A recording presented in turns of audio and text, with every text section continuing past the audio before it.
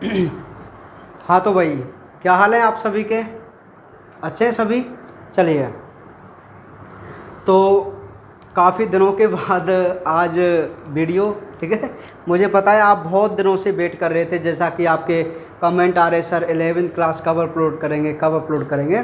तो कोई बात नहीं भाई, तो आज से हमारी जो 11वीं क्लास हिंदी मीडियम है वो बिल्कुल रेगुलर चलती रहेगी, ठीक है भाई। तो आपको कहीं भी कोई दिक्कत वाली बात नहीं है, ठीक है। चलिए, तो मैं आपको बता दूं कि लास्ट टॉपिक जो हमने अपनी ऑनलाइन क्लास में जिसके बारे में बात की थी, वो हम अपनी जो लार ग्रंथि है वो कंप्लीट कर चुके हैं। कौन सी ग्रंथि भाई? लार ग्रंथि, ठीक है। अब मैं आपको बता दूं कि अब आपकी जो क्लास है वो डेली शाम 8 बजे हुआ करेंगे। कितने बजे? शाम को 8 बजे, ठीक है भाई। डेली अपलोड होगी वीडियो रविवार को छोड़कर शाम के 8 बजे, ठीक है। और थोड़ा सा चेंजमेंट अब मैंने यहाँ पे कर दिया है कि जो नोट्स हैं वो मैं आपको बोलूँगा और आपको वो लिखते हुए चलना है, ठीक है भाई। क्योंकि थोड़ा सा इसमें टाइम बहुत ज़्यादा लग रहा है लिखने में, ठीक है भाई। तो कोई बात नहीं, तो जैसे जैसे मैं बोलता जाऊँगा ना, मैं बोलूँगा तो आपको उसी हिसाब से लिखते हुए चलना है। तो आप सभी बच्चे सबसे पहले अपनी नोटबुक जिसमें आप नोट्स लिखते हैं, है ना, नोट्स बनाते हैं ना, तो वो नोटबुक निकालिए। 2-3 पेन जो भी आप यूज करते हैं हेडिंग के लिए और उसके लिए, वो अपने पास रखें। सबसे पहले तो रख लिए सभी ने। अब सुनो, अब आप देखो, पहली हमारी ग्रंथि थी कौन सी? सैलाइब्री ग्लैंड्स यानी कि लार ग्रंथि, वो हमने कंप्लीट कर ली। अब आप हेडिंग लगाइए यकृत ग्रंथि।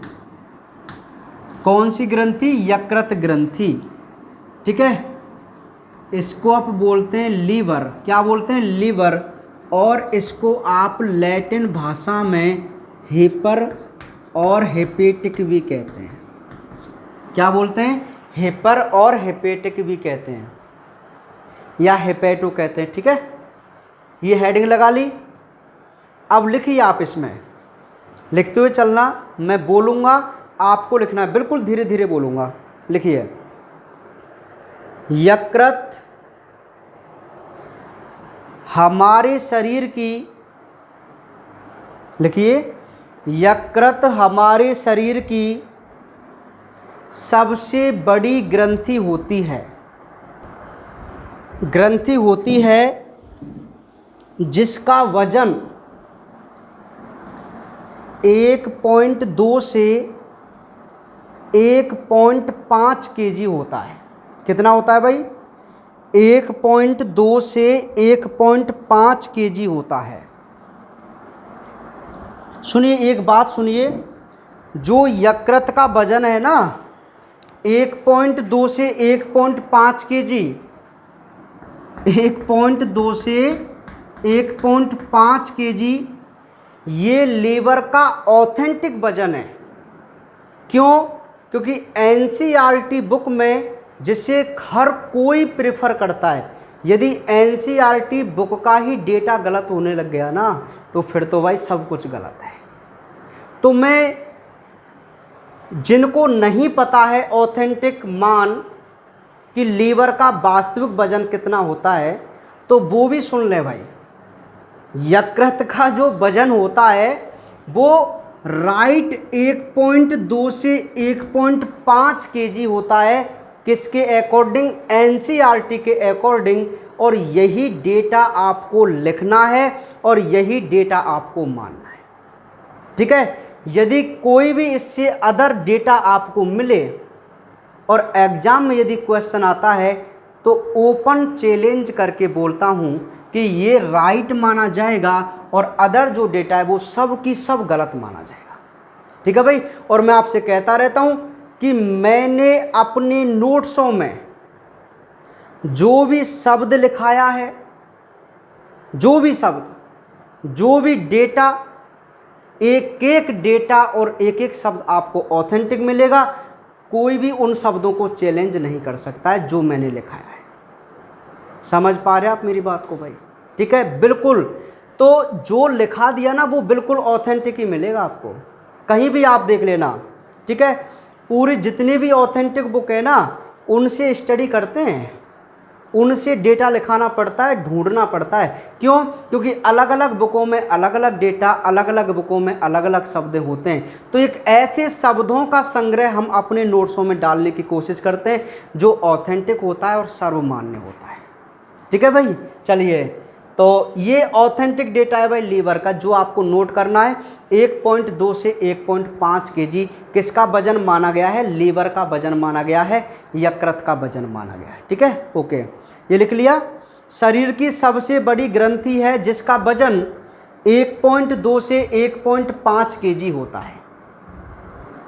ठीक है, चलिए नेक्स्ट पॉइंट, यह है डायाफ्राम के नीचे होता है। किसके नीचे होता है बोलो? डायाफ्राम के नीचे होता है। ठीक है, डायाफ्राम के नीचे होता है।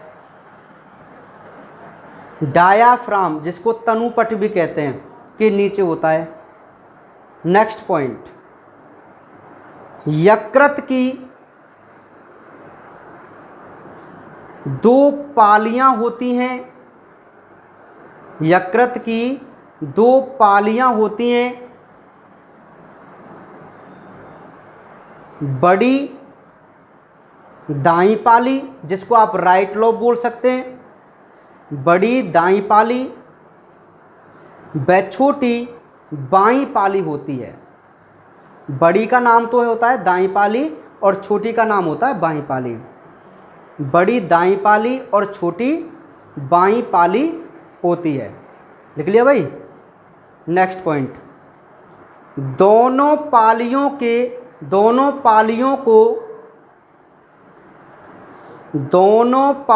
को जोड़ने वाली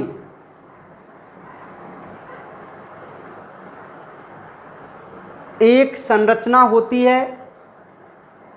जोड़ने वाली एक संरचना होती है जिससे फैलसीफॉर्म लिगामेंट, जिसे फैलसीफॉर्म लिगामेंट कहते हैं। अंडरलाइन कर लेना भाई इसको, फैलसीफॉर्म लिगामेंट कहते हैं। क्या बोलते हैं? फैलसीफॉर्म लिगामेंट कहते हैं। और ये जो पॉइंट लिखा है ना, वहाँ आप नीट लिख लेना। ये जो क्वेश्चन है वो संभावित है भाई एग्जाम में आ जाए, क्योंकि बहुत इंपॉर्टेंट है। ठीक है, समझ पा रहे हैं आप मेरी बात को? कि यकृत की दोनों, हालांकि मैं समझाऊंगा तभी बता दूंगा, अभी आप लिख लीजिए। फैलसीफॉर्म लिगामेंट से जुड़ा होता है। ठीक है, नेक्स्ट पॉइंट, दाईं पाली और 2 पालियों में विभाजित होती है। दाईं पाली और 2 पालियों में विभाजित होती है, जिसे बोल्ड पे देखिए, क्वाड्रेट अंडरलाइन करना, व कॉर्डेट पाली कहते हैं। दाईं पाली और 2 पालियों में विभाजित या बटी होती है, क्वाड्रेट व कॉर्डेट पाली। ठीक है, क्वाड्रेट व कॉर्डेट पाली। नेक्स्ट पॉइंट, दाईं पाली के नीचे हरे रंग की थैलीनुमा संरचना होती है। दाईं पाली के नीचे हरे रंग की थैलीनुमा संरचना होती है, जिसे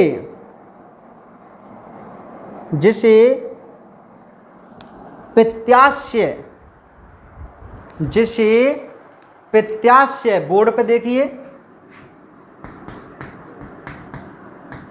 और ब्रैकेट में लिखना गॉल ब्लेडर इंग्लिश में बोलते हैं पित्ताशय को गॉल ब्लेडर, जिसे पित्ताशय कहते हैं,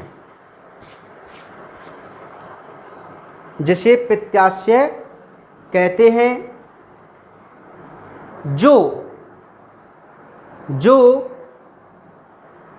पित्त रस का संग्रहण करता है, जो पित्त रस का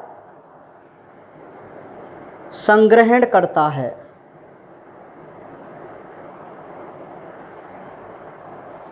ठीक है, लिख लिया।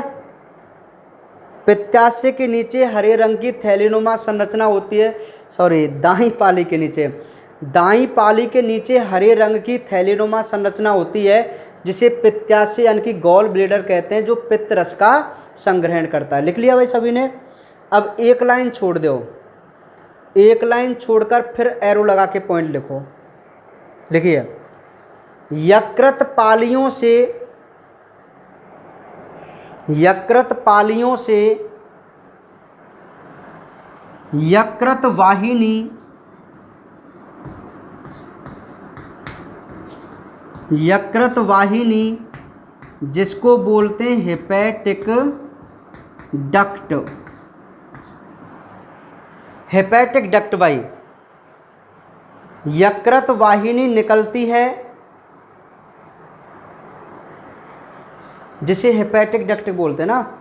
यकृत वाहिनी निकलती है और जब दोनों यकृत वाहिनी, जब दोनों यकृत वाहिनी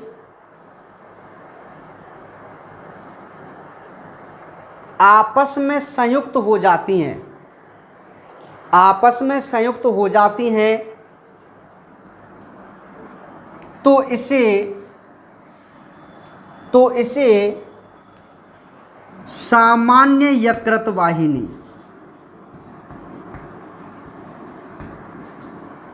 तो इसे सामान्य यकृत वाहिनी कहते हैं।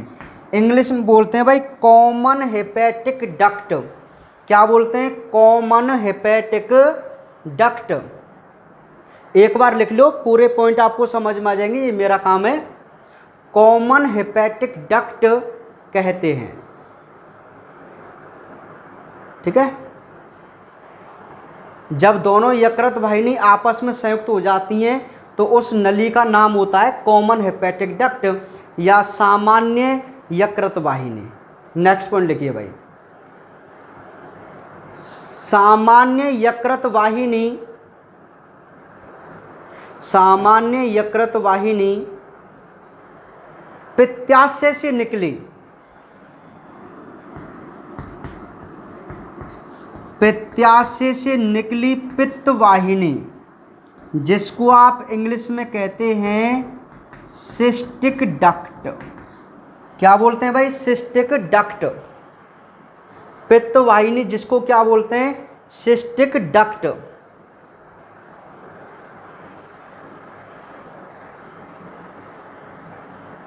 पित्त वाहिनी से जुड़कर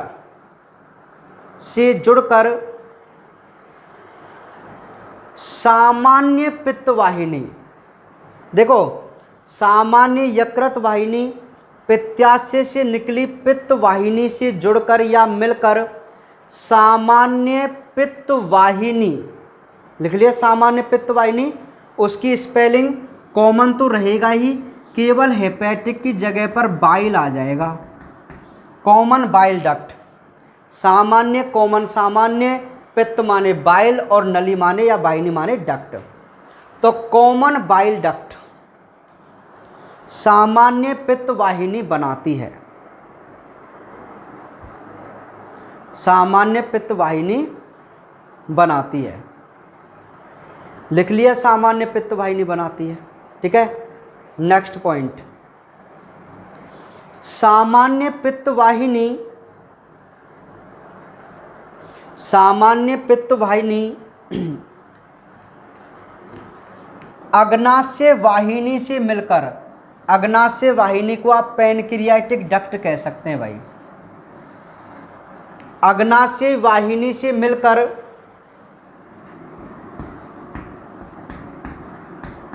हेपेटो पैनक्रियाटिक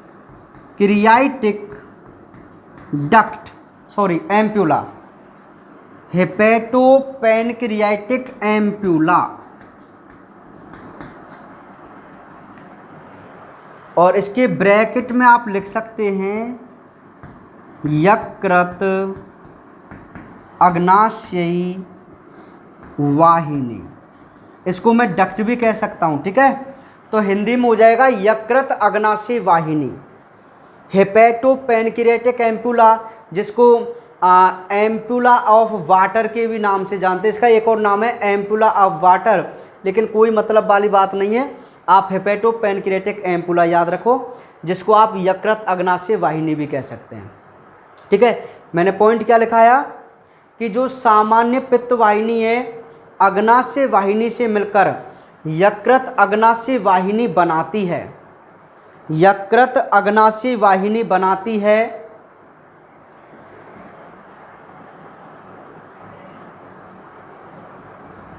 जो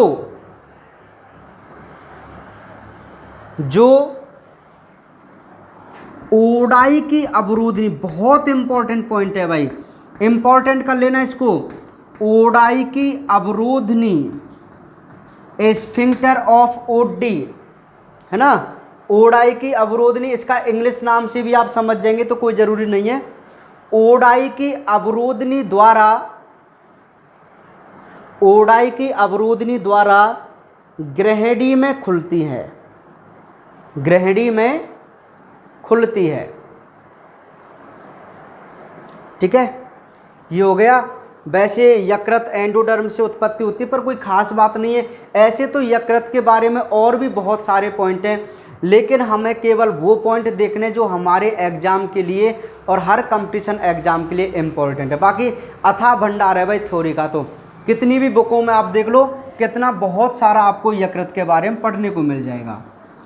तो अभी तो हमने यकृत की केवल संरचना के नोट्स लिखे हैं बस, ठीक है, केवल यकृत की संरचना के बारे में बात की है अभी। तो अभी हम इसकी जो औतकी है वो कल के लेक्चर में देखेंगे, औतकी।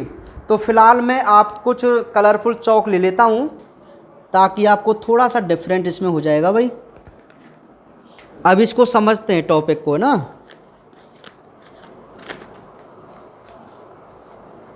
ठीक है भाई, देखो एक मिनट रुको बस। अरे रेड चौक आ जा भाई।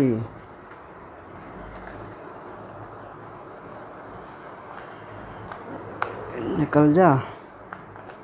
चलिए सुनिए भाई, तो अब हम अपने नोट्सों पर चर्चा करते हैं और उस टॉपिक को ज़रा ध्यान से सुनते हैं कि आखिर लीवर होता कैसे। तो ध्यानपूर्वक आप समझते चलिए कि मैं कैसे एक लीवर का डायग्राम ड्रॉ करूंगा।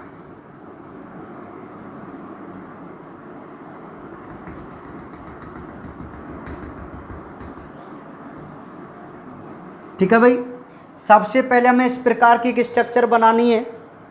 फिर हमें क्या करना है, दो और लोब बनाने। यहां पे दिख रहा है आपको क्लियर?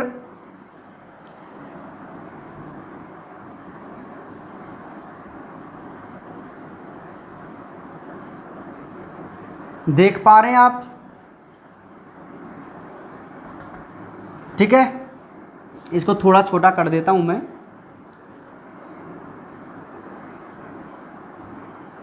दो लॉब आपको नजर आ रहे हैं। अब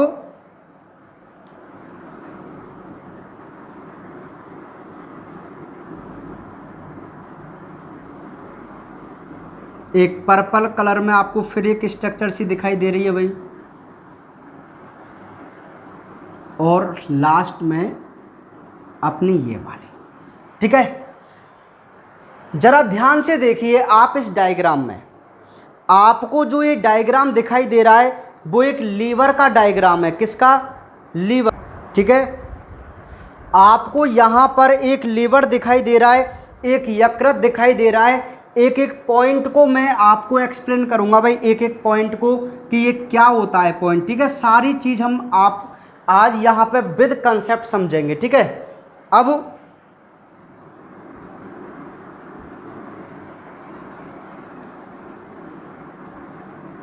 सुनिए, अब सुनते जाना भाई और अब मिलान करते जाना अपने नोट्सों में। ये जो आपको दिख रहा है वो यकृत है। यकृत हमारे शरीर की सबसे बड़ी क्या होती है, ग्रंथि होती है।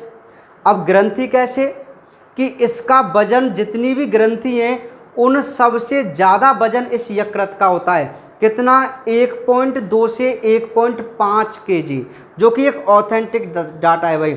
और जिनको नहीं पता है ना, जिन महान भुवाओं को नहीं पता है, महारथियों को, कि इसका एग्जैक्ट डाटा क्या होता है, तो वो भी सुन लेना भाई। कितना डाटा होता है, 1.2 से 1.5 केजी, ठीक है भाई।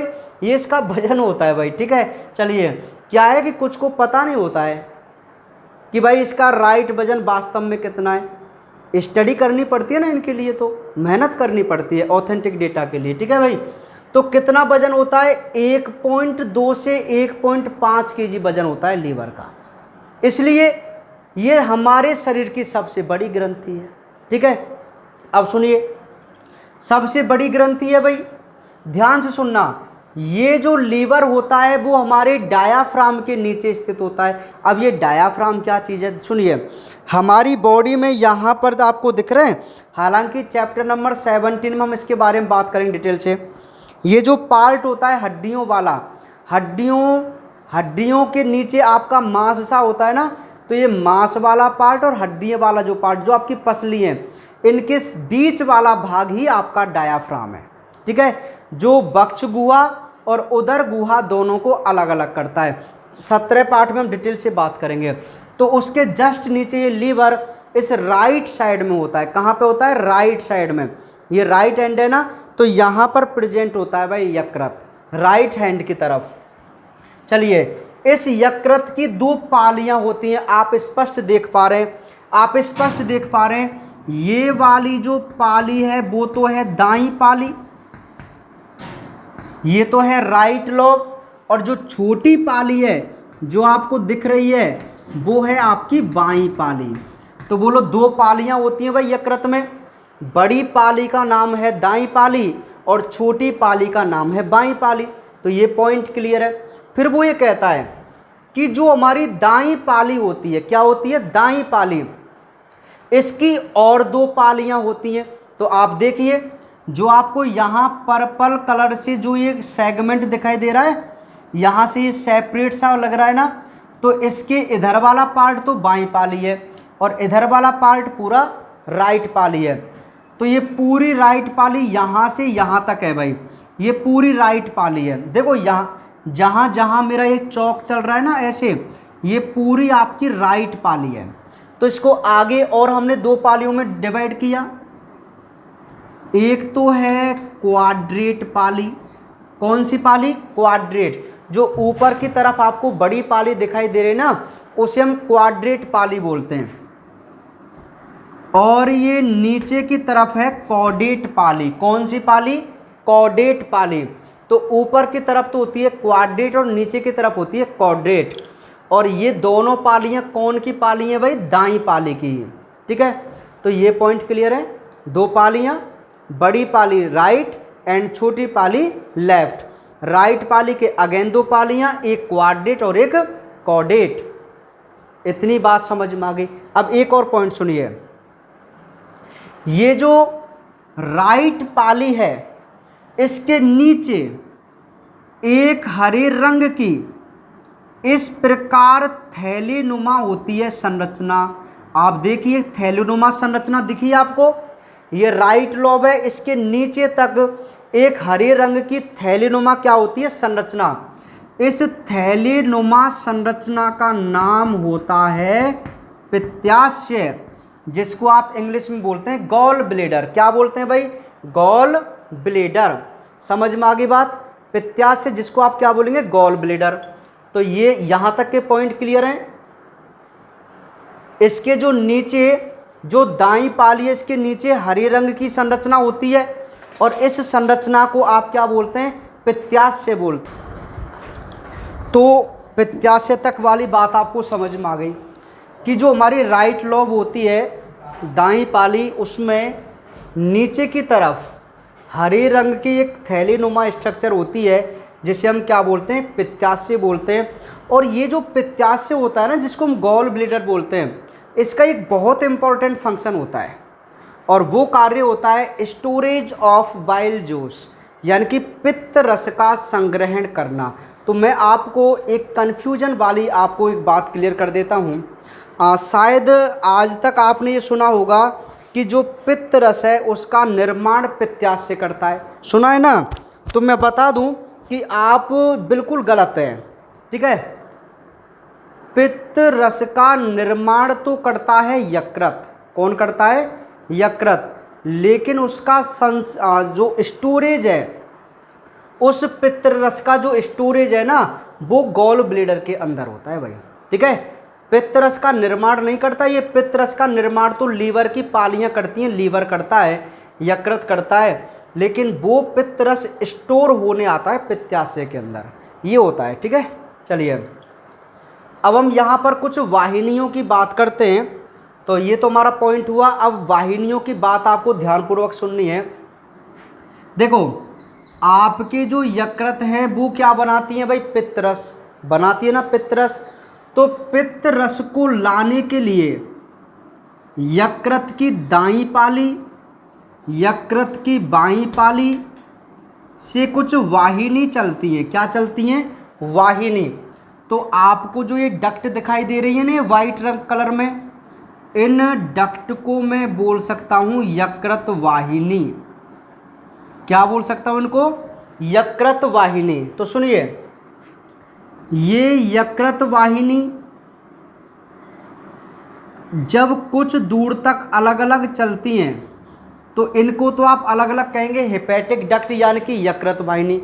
जब ये दोनों यकृत वाहिनी आपस में मिल जाती हैं, अब आप देखिए यहाँ पे ये दोनों फ्यूज हो गई और मैंने इसको रेड कलर से अलग बना दिया, ठीक है।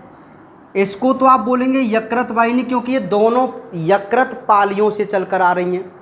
ऐसी वाहिनी जो यकृत पालियों से चल के आए उसे हम बोलते हैं यकृत वाहिनी। क्या बोलते हैं, यकृत वाहिनी। और ये दोनों यकृत वाहिनी जब आपस में मिल जाती हैं, आपस में मिल जाती हैं तो एक नली बनती है। जो ये रेड कलर की चल रही है ना नली, ये देखो आप, ये जो रेड कलर में ये नली चल रही है, ट्यूब या वाहिनी, इसको आप बोल सकते हैं सामान्य यकृत वाहिनी। क्यों, अरे कॉमन लेना आप जानते हैं ना, मैथ में कॉमन लेते हैं मतलब, ठीक है। तो वही बात है, जब दोनों नली आपस में जुड़ जाएंगी, जॉइंट हो जाएंगी, तो हम इस नली को नाम देते हैं सामान्य यकृत वाहिनी, क्योंकि ये ऐसी वाहिनी है जो दोनों यकृत वाहिकाओं से मिली है। अब सुनिए, आपका जो पित्ताशय होता है, उस पित्ताशय से एक वाहिनी चलती है, ये रही, और इस वाहिनी का नाम होता है भाई पित्त वाहिनी। क्या नाम होता है, पित्त वाहिनी। अरे जो वाहिनी पित्ताशय से चले वो पित्त वाहिनी, ठीक है। तो ये जो पित्त वाहिनी होती है ना, पित्त वाहिनी, अब ये तो आपकी सामान्य यकृत वाहिनी है, ये चल रही, ठीक है। और ये आपकी पित्त वाहिनी है, ये भाई हरे रंग की। तो सामान्य यकृत वाहिनी और पित्त वाहिनी जब आपस में मिलती हैं तो अब ये नीले कलर की एक और स्ट्रक्चर बना दी ना मैंने, देखो ये वाली, देखो ये तो दोनों यकृत वाहिनी चल रही हैं। जब ये आपस में मिल जाती है तो ये बन जाती है सामान्य यकृत वाहिनी, और सामान्य यकृत वाहिनी इस पित्त वाहिनी से मिलकर एक कॉमन नली बनाती है, और इस कॉमन नली का नाम होता है सामान्य पित्त वाहिनी। ये सामान्य पित्त वाहिनी है भाई, ठीक है। तो कॉमन बाइल डक्ट तक का नाम आपको समझ में आ गया। इसका दूसरा नाम डक्टस कोलोडोकस भी होता है। क्या होता है? डक्टस कोलोडोकस। अब सुनिए, अब मैं आपको एक और बात बता दूं, यकृत के नीचे ग्रहणी होती है, ड्यूडेनम, ग्रहणी। तो ये वाला जो पार्ट है ना, वो ड्यूडेनम पार्ट है, जो एलिमेंट्री कैनाल का पार्ट है ना। और इस ड्यूडेनम के बीचों बीच में अग्नाशय होता है। क्या होता है? अग्नाशय। और अग्नाशय के अंदर एक वाहिनी होती है, ये वाली। इस वाहिनी का नाम होता है अग्नाशय वाहिनी। क्या नाम होता है इसका?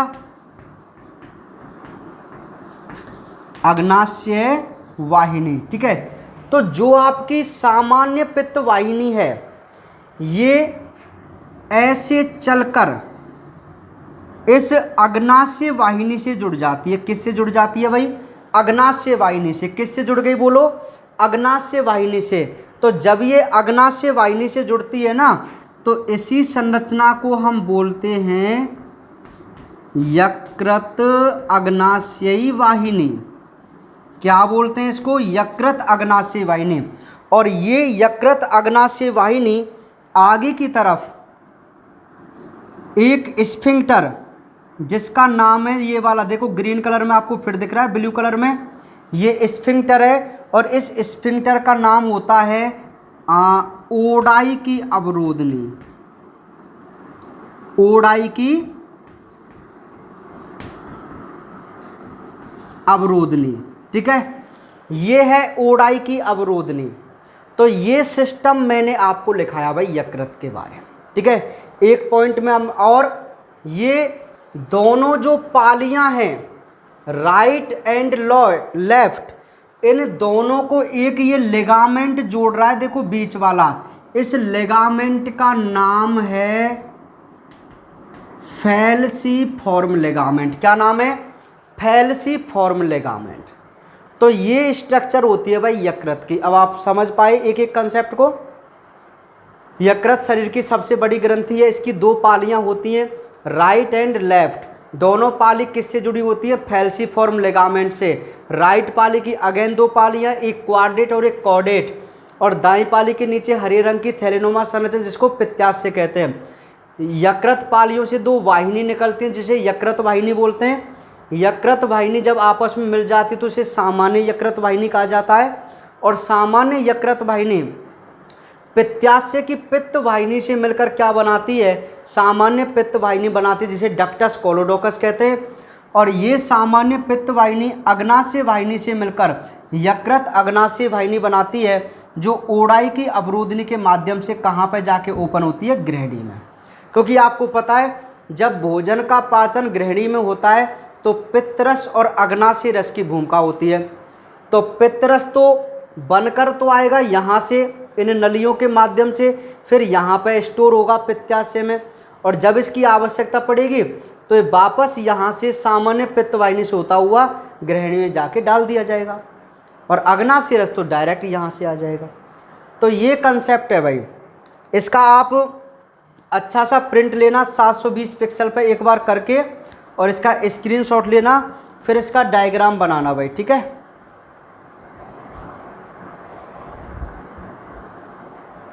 और चाहे तो अभी आप बना भी सकते हैं इसको, साथ साथ बना लीजिए, आपके पास टाइम है 5-6 मिनट का। बनाओ फटाफट, पहले आराम से बना लो, है ना। अभी बनाओ, अभी जस्ट।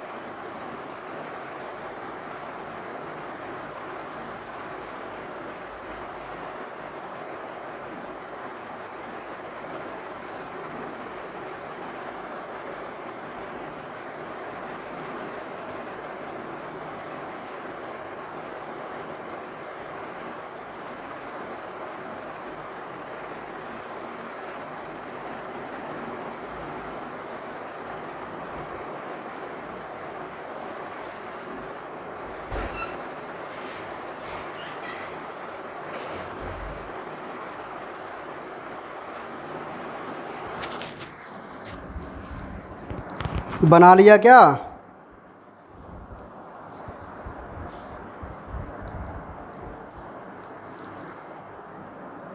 जिन्होंने नहीं बनाया वो स्क्रीनशॉट तो ले सकते हैं, आप कभी भी ले सकते हैं स्क्रीनशॉट, तो ठीक है।